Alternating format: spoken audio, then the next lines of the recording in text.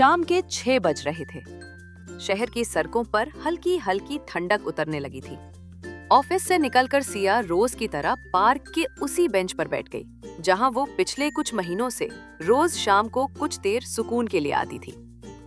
लेकिन आज फिर वही हुआ।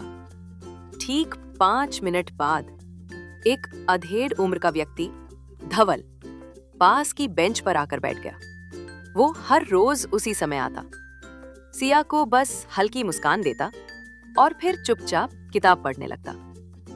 सिया ने कई बार नोटिस किया था कि वो आदमी उसे नजरों के किनारों से देखता है, जैसे कुछ कहना चाहता हो लेकिन कह नहीं पाता।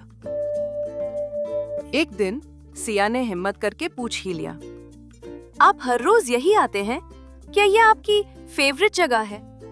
धवल मुस्कुराया और बोला, शायद हाँ, या शायद कोई यहाँ आता है जिसे देखने की आदत हो गई है। सिया थोड़ा चौंकी पर मुस्कुराकर बोली, अजनबियों से ऐसी बातें नहीं करनी चाहिए, ये तो मम्मी सिखाया करती थी। धवल हंस पड़ा। अगर हर अजनबी बुरा होता तो इस दुनिया में भरोसे का नाम ही मिट जाता। उस दिन से दोनों के बीच हल्की बातचीत का सिलसिला शुरू हो गया। किताबों से लेकर मौसम तक, जिंदगी से लेकर अकेलेपन तक, सब पर बातें होने लगी।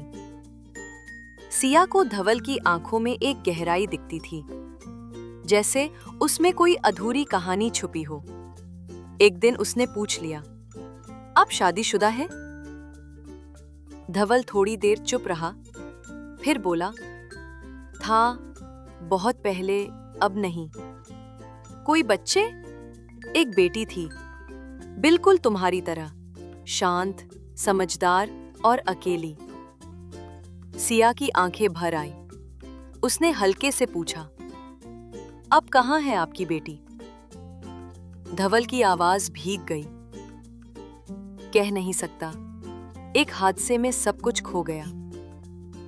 अगले दिन सिया ने देखा कि धवल एक पुराना लिफाफा लिए बैठा था।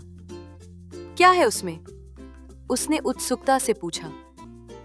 धवल ने खत सिया की ओर बढ़ा दिया। उसमें लिखा था, पापा, जब मैं बड़ी हो जाऊंगी तो आपके जैसे शांत और गहरे इंसान से ही बातें करना चाहूंगी, क्योंकि आप दुनिया के सबसे अच्छे दोस्त हो। आपकी नन्ही परी। सिया की आंखें नम हो गईं। ये आपकी बेटी ने लिखा था? हाँ, 10 साल की थी जब ये लिखा और 11 साल की उम्र में चली गई। सिया उस दिन के बाद रोज धवल से मिलने लगी। दोनों की बातों में अब अपनापन आ गया था।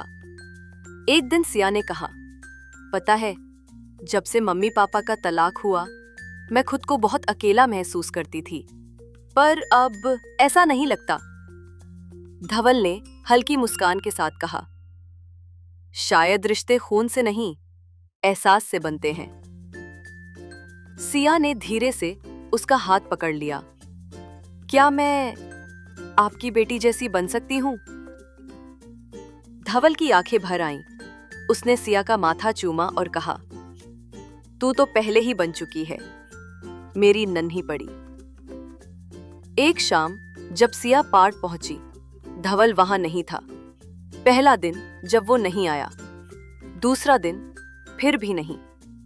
सिया को बेचैनी होने लगी। तीसरे दिन वो उसी बेंच पर अकेली बैठी थी, जब पार्क के गार्ड ने पास आकर एक लिफाफा दिया। उसमें एक चिट्ठी थी।